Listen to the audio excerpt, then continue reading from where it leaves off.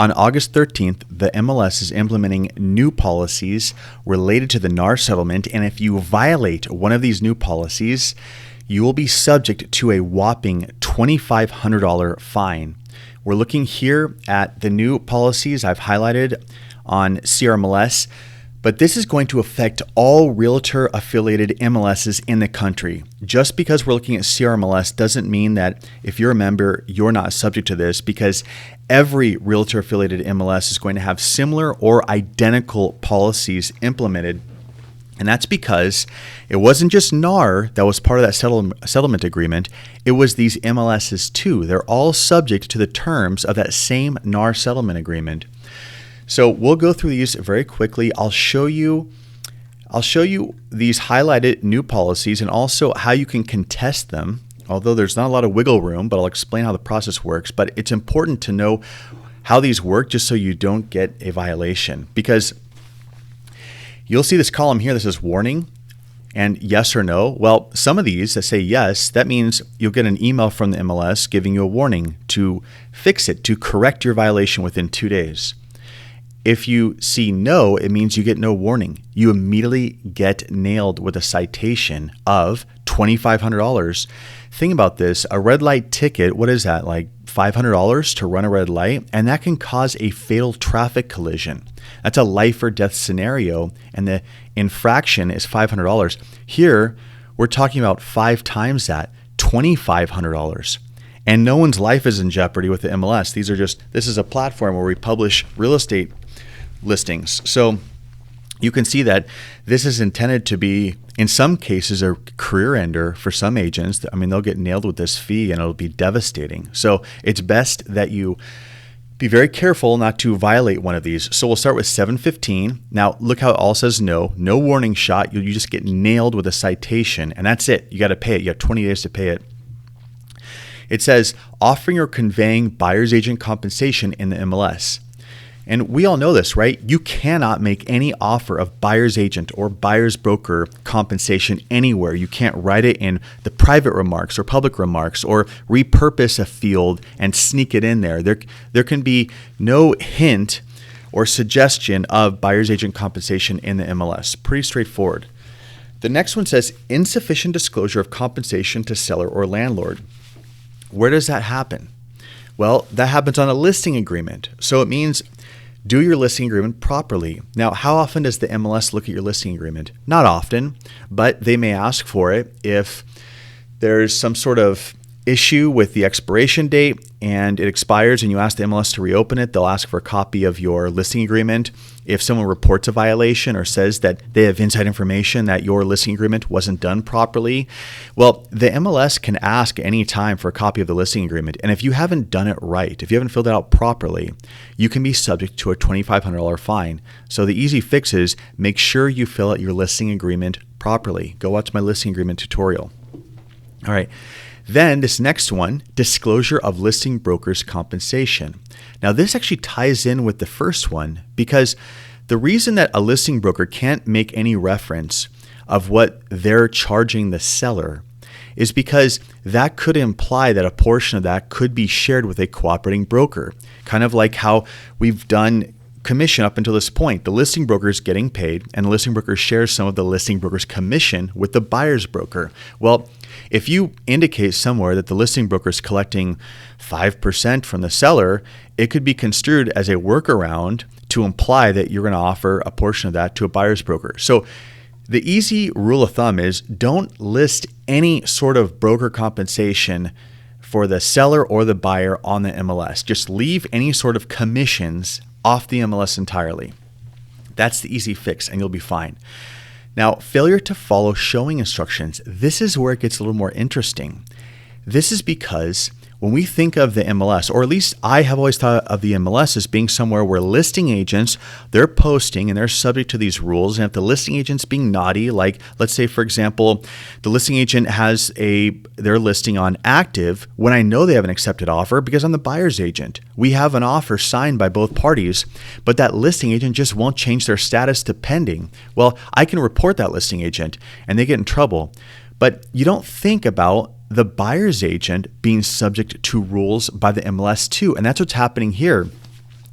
This whole fine is about the buyer's agent. It's the buyer's agent being naughty, and specifically the buyer's agent not having a signed representation agreement that meets certain criteria, namely having a commission amount and also verbiage that commissions are negotiable.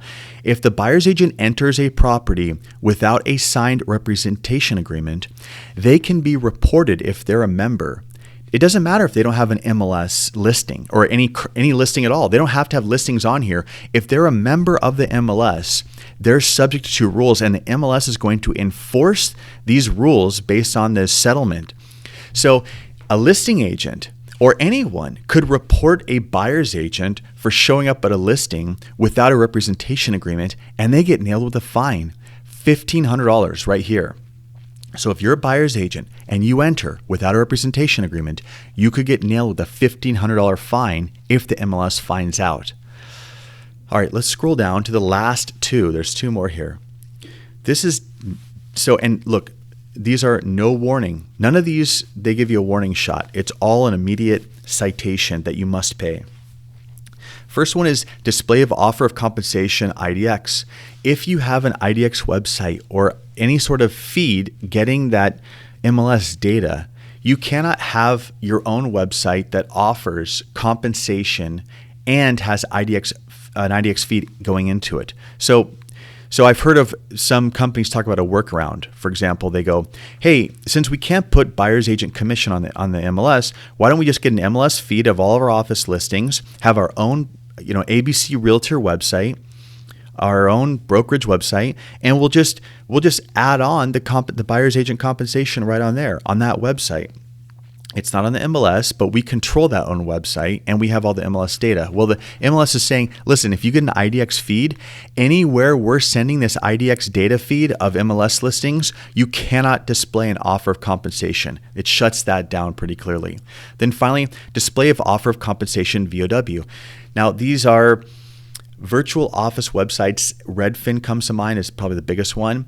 So even these large consumer-based platforms that are getting these raw data feeds from the MLS, they can't offer compensation. So basically, it's shutting down any offer of compensation to a buyer's agent on any website getting any data from the MLS.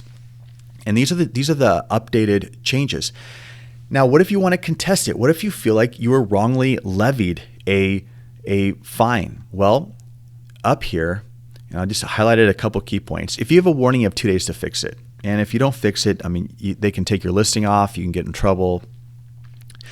But that's easy, right? You get a warning. There's no fee levied yet. You got 2 days to fix it. Come on, fix it. But here's where it gets a little more difficult. So if you get a fine, you basically have 20 days to pay it, 20 calendar days in receipt of a citation. Now, there are administrative reviews. It used to be worse in the past, by the way. It used to be terrible, because I've gone through this with agents that have had big fines. I'd say a lot of fines come from using images, maybe like a Google satellite view of a neighborhood or something. If you don't own the photography, the MLS will fine you. It's actually terrible. I should do a whole separate video on how oppressive the MLS citation can be, because they're a monopoly. It's not like there's multiple MLSs, and if you don't like the way one does business because they're nailing you with $2,500 fines, you can go to another one. You're stuck. Well, so they give you a link here if you want to contest it, okay? And I'll show you what it looks like. Now, this is for CRMLS, again, biggest MLS in the country, but all MLSs are going to have a very similar protocol. You can go in here and you can ask for a citation review request. This probably goes to the MLS department of the local board. It might just go to the actual MLS. Either way, you're basically getting a support ticket review. You're saying, hey, I was unfairly levied a citation. Can you review it, please? Can you just double check to make sure that your algorithm didn't actually falsely accuse me? Now, if you're wrong, you get nailed with a $100 fee. But this is how you apply for that. You get nailed with a $100 fee. Let's say you don't just want an administrative double checking of your citation, okay? So remember, $100 citation fee if it's proven that you were in fact subject to that fine, okay? But that's how you request it. Every MLS is going to have something just like this. Now down here, you can elect to have a full hearing where you can speak your mind with a panel. And it used to be that you had to pay to get this, even if you won,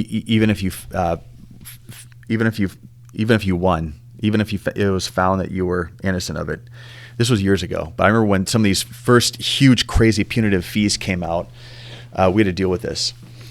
Anyway, so this one, if you get it, if this panel finds after this hearing that you were in fact subject to the citation, you get nailed with a $200 hearing fee. So either way you slice it, you better be 100% sure that you're not subject to that fine, because if you are and you request for a review or a hearing, you're getting nailed with either $100 or $200 additional fee on top of that fine. So we'll jump back here and we'll finish this video. Just want to show you this one last thing here. You can see the clear cooperation, and this is actually I would recommend just going through the different schedule of fines for your MLS anyway, because you can see that there are a lot of $1,500, $2,500 fines. They have this one, 1% of sales price, but not to exceed $2,500. These are major fines. I mean, this is no joke. So it's good to just go through it, scroll through it occasionally, and make sure that you don't fall into one of these traps and get nailed with one of these fines, because they're very hard to reverse. One last thing. I remember I asked when we did a review for a hearing, we sought out a hearing to overturn a citation. They had the data at the time of how many hearings found in favor of overturning the citation.